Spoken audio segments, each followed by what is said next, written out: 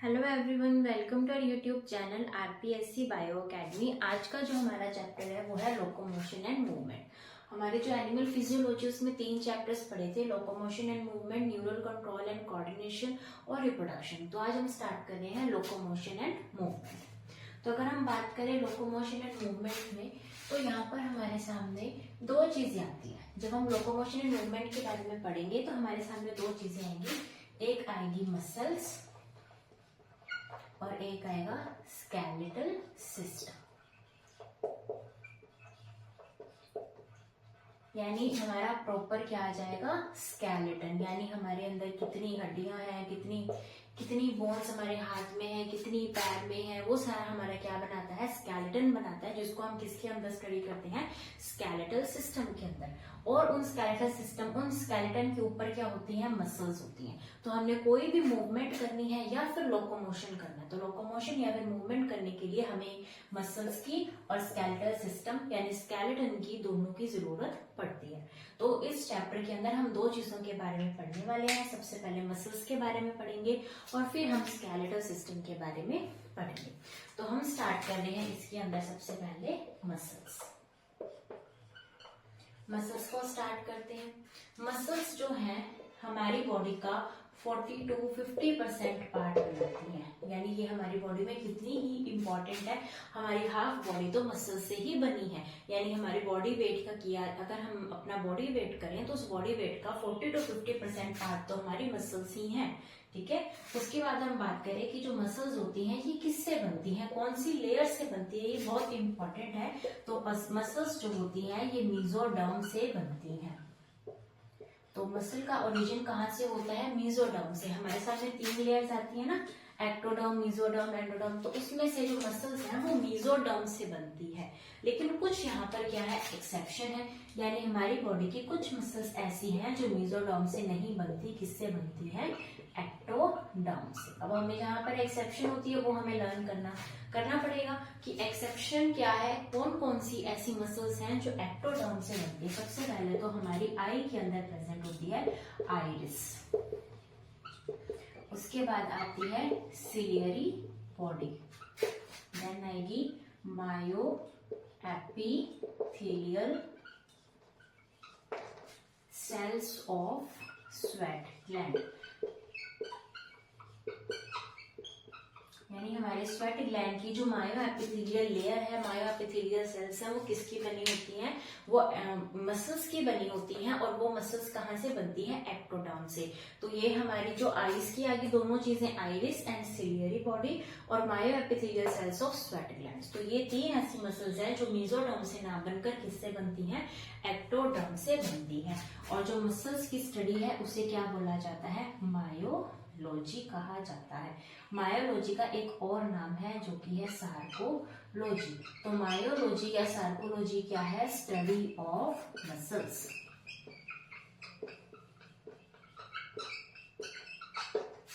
ठीक है। अभी हम इससे आगे चलते हैं, हम देखते हैं कि मसल्स भी कितने टाइप की हमारे अंदर पाई जाती है।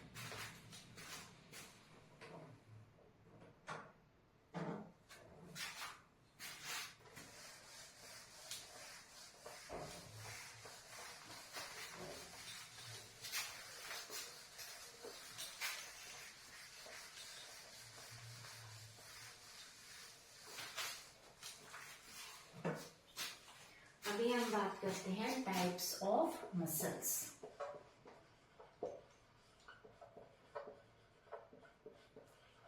अगर हम मसल्स की बात करें हमारी बॉडी के अंदर, तो मसल्स हमारी बॉडी में 3 तरीके की पाई जाती हैं। सबसे पहले मसल का नाम होता है स्केलेटल मसल, दूसरी है विसरल मसल और तीसरी है कार्डियक मसल। तो 3 तरीके की मसल्स हमारी बॉडी में पाई जाती हैं, स्केलेटल, विसरल एंड कार्डियक। अब इनके और भी नाम हैं। स्केलेटल मसल को स्ट्रेटेड मसल कहा जाता है, इसे वॉलेंट्री मसल भी कहा जाता है। विसरल मसल को इनवॉलेंट्री मसल भी कहा जाता है और अनस्ट्रेटेड मसल भी कहा जाता है।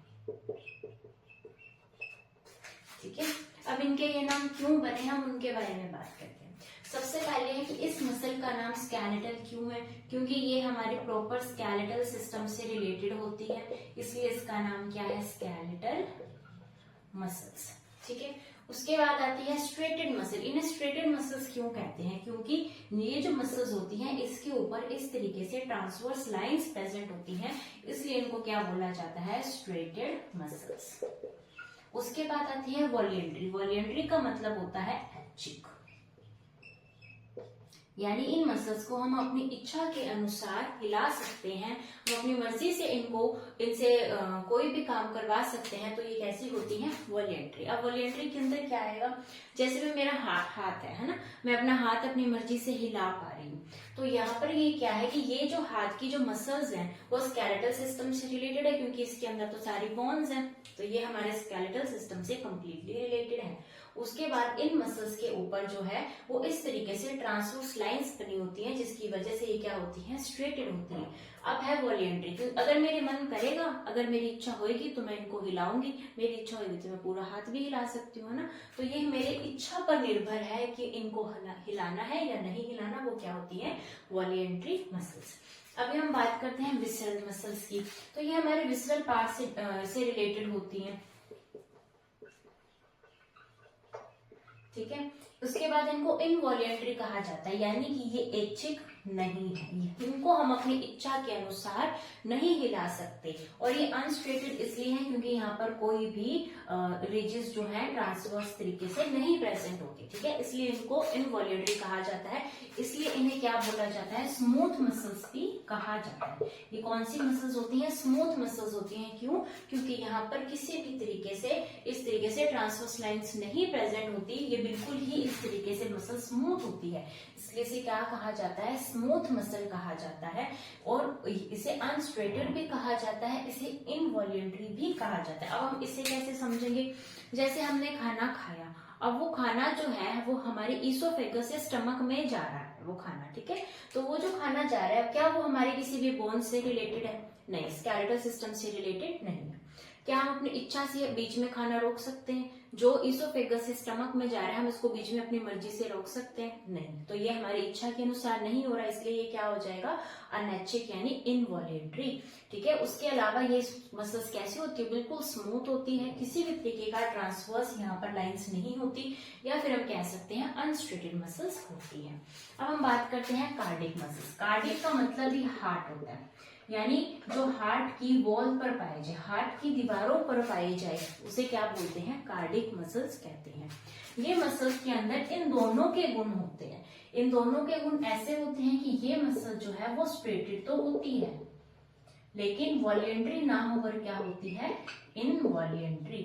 हम अपने हार्ट के ऊपर हम अपनी इच्छा के अनुसार अपना हार्ट धड़का सकते हैं, हम कह सकते हैं कि अब हार्ट बीट स्टार्ट हो जा, अब रुक जा, नहीं कर सकते, क्योंकि ये हमारी जो है वॉलिएंट्री नहीं है, इनवॉलिएंट्री, अनैच्छिक है। ठीक है, और ये जब हम उसकी स्टडी अगर करेंगे तो हमें पता लगेगा कि इसके ऊपर ट्रांसवर्स लाइंस प्रेजेंट है या नहीं, तो यहाँ पर देखी गई है, इसलिए इसे क्या बोला जाता है, ये स्ट्रेटेड भी है और इनवॉलिएंट्री भी है।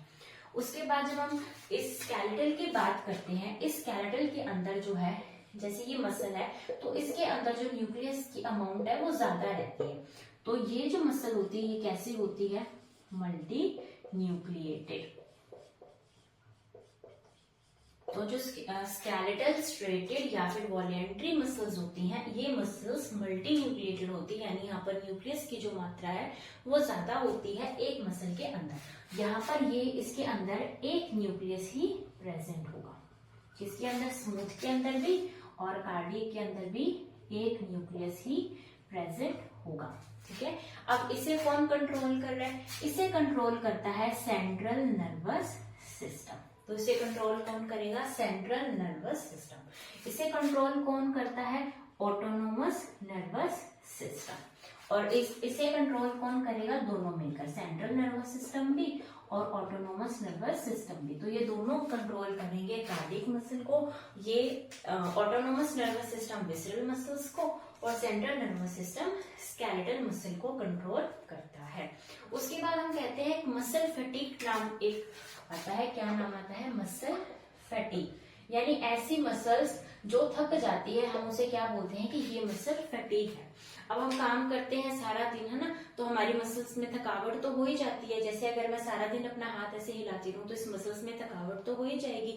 तो क्या जो स्केलेटल मसल्स है उनके अंदर मसल फटीग पाया जाता है? तो बिल्कुल पाया जाता है। अगर कोई इंसान चलता ही रहे तो उसके पैरों में दर्द हो ही जाएगा, तो यहाँ पर मसल फटीग पाया जाता है। अगर हम बात करें विस्रल या इनवॉल्यूटरी, इनके अंदर ना के बराबर होता है मसल फटीग, यानी बहुत ही कम अमाउंट में मसल फटीग यहाँ पर होगा। और अगर हम कार्डियक की बात करें तो यहाँ पर बिल्कुल भी मसल फटीग नहीं होगा, क्योंकि अगर इसने मसल फटीग कर लिया, अगर ये वाली मसल थक गई तो हम जिंदा ही नहीं रहेंगे, क्योंकि कौन सी वॉल्स है? हार्ट की वॉल्स है। ठीक है, तो यहाँ पर हम इसको एमएफ लिख देते हैं कि इसके अंदर जो मसल फटीग है वो बिल्कुल पाया जाता है।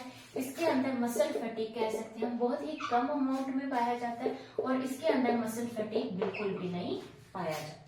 ठीक है, मसल फटीग का मतलब हम ये कह सकते हैं जैसे थकान, तो थकान इसके अंदर होती है, इसके अंदर बहुत कम होती है और इसके अंदर बिल्कुल भी नहीं होती। तो ये हमने पढ़ी है 3 टाइप्स ऑफ मसल्स। सबसे पहले हमने पढ़ी स्केलेटल मसल्स, स्ट्रेटेड मसल्स या फिर वॉल्यूंटरी मसल्स। ऐसी मसल्स जो हमारे स्केलेटल सिस्टम से, हमारी बोन से रिलेटेड है, उन्हें क्या बोला जाता है? Skeletal system. इसको हम अपनी इच्छा से हिला सकते हैं, तो ये क्या होती है? Voluntary muscles. इनके ऊपर ट्रांसवर्स लाइंस प्रेजेंट होती हैं, इसलिए बोला जाता है स्ट्रेटेड मसल्स। ठीक है, ये मल्टी न्यूक्लिएटेड होती हैं और ये कंट्रोल होती हैं सेंट्रल नर्वस सिस्टम से।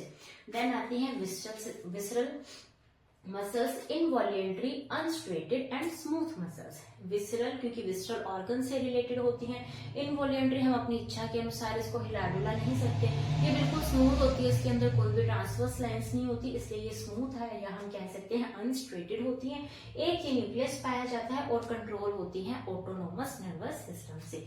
फिर हमने बात की कार्डियक मसल्स की, जो कि हार्ट की वॉल्स के ऊपर प्रेजेंट होती हैं, स्ट्रेटेड होती हैं लेकिन इनवॉल्यूंटरी होती हैं। ठीक है, इसके अंदर भी एक न्यूक्लियस है और सेंट्रल एंड ऑटोनोमस दोनों नर्वस सिस्टम इसे रेगुलेट करते हैं। अब हम आगे देखते हैं मसल की स्ट्रक्चर को।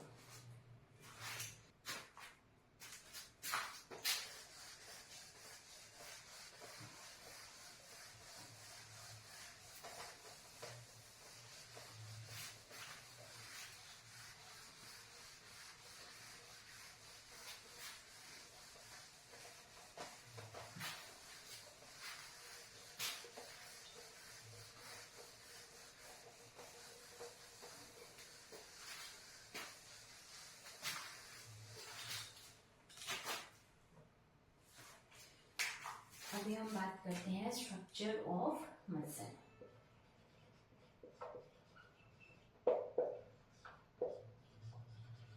मसल किस तरीके की दिखती है, मसल किसकी बनी होती है, कैसे होती है, अब हम उसके बारे में डिस्कस करते हैं और इसको हम एक डायग्राम से अच्छे से समझ लेंगे। तो सपोज करो ये है हमारी एक मसल। ठीक है, जो मसल है इसके ऊपर पाया जाता है टेंडन। ठीक है, तो सपोज करो ये क्या है? ये है टेंडन। टेंडन किसको जोड़ती है? मसल को बोन से जोड़ती है, यानी यहां पर अब क्या प्रेजेंट होगी? बोन प्रेजेंट होगी। तो ये क्या है? बोन है। तो बोन को मसल से जोड़ने का काम कौन करता है? टेंडन करता है। इसमें बहुत कंफ्यूजन होती है कि बोन को मसल से कौन जोड़ता है? टेंडन जोड़ता है। और बोन को बोन से कौन जोड़ता है? लिगामेंट जोड़ता है। और इसकी मैंने ट्रिक भी बता रखी है कि अगर आप इसको पढ़ोगे, एल को बीच में ले आओ, क्योंकि बोन को बोन से कौन जोड़ रहा है? लिगामेंट जोड़ रहा है। तो ये क्या बन जाएगा? बल्ब बन जाएगा, BLB बल्ब। तो बोन को बोन से जोड़ता है लिगामेंट, और बोन को मसल से कौन जोड़ता है? टेंडन जोड़ता है। अब ये हमारे सामने एक मसल। अब हम इस मसल की स्ट्रक्चर को कंप्लीट करते हैं। तो जो मसल की सबसे आउटर मोस्ट लेयर होती है उसे बोला जाता है एपिमाइसियम। ये है एपिमाइसियम, सबसे आउटर मोस्ट कवरिंग। अब इस एपिमाइसियम के अंदर प्रेजेंट होते हैं फेसिक्यूलाई।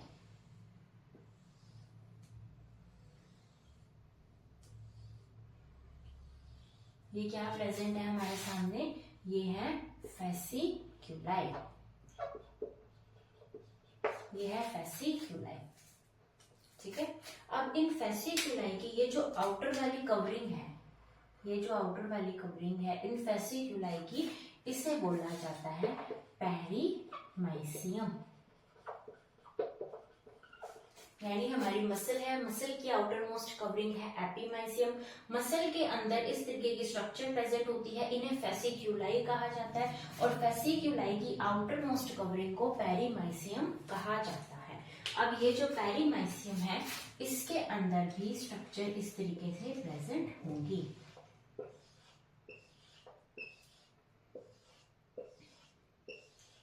अब ये जो स्ट्रक्चर प्रेजेंट है, इन स्ट्रक्चर का नाम है मायोफाइबर। ये क्या प्रेजेंट है? मायोफाइबर प्रेजेंट है। और उसी तरीके से इन जो मायोफाइबर्स की जो आउटर मोस्ट कवरिंग है, इसे बोला जाता है एंडोमाइसियम। तो अभी तक हमने 2 नए नाम और 3 कवरिंग के नाम पढ़े हैं। सबसे पहले ऊपर वाली है एपीमाइसियम। एपीमाइसियम के अंदर है 3 फेसिकुलाई। ये मैंने ऐसे एवरेज में बनाए हैं, 3 नहीं होते। फेसिकुलाई, फेसिकुलाई की आउटर मोस्ट कवरिंग है पेरीमाइसियम। इसके अंदर जो प्रेजेंट है उसका नाम है मायोफाइबर। मायोफाइबर की आउटर मोस्ट कवरिंग का क्या नाम है? एंडोमाइसियम। अब इन जो मायोफाइबर्स है, इनके अंदर प्रेजेंट होते हैं, ये क्या प्रेजेंट है? मायोफाइब्रिल्स। ये क्या प्रेजेंट है? मायोफाइब्रिल्स प्रेजेंट है। और मायोफाइब्रिल्स के अंदर प्रेजेंट होते हैं एक्टिन एंड मायोसिन। तो हमारी मसल किसकी बनी होती है? एक्टिन एंड मायोसिन की बनी होती है। ये तो हमें पता होता है, लेकिन एक्टिन एंड मायोसिन की किस तरीके से बनी होती है वो हमने आज देखा कि जो एक्टिन और मायोसिन है, ये इकट्ठे होकर क्या बना देते हैं? मायोफाइब्रिल बना देते हैं। अब ये जो मायोफाइब्रिल्स है, ये मायोफाइब्रिल्स इकट्ठी हो जाती है, इनके ऊपर एक लेयर बन जाती है जिसका क्या नाम है? मायोफाइबर। यानी इस पूरी स्ट्रक्चर का नाम हमने क्या दे दिया?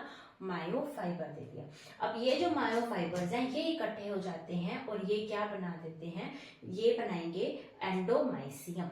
ठीक है, एंडोमाइसियम। और इन एंडोमाइसियम को जब इकट्ठा कर दिया जाता है तो क्या बन जाते हैं? फेसिकल्स। तो एंडोमाइसियम इनकी आउटर मोस्ट कवरिंग है, किसकी? ये मायोफाइबर्स की।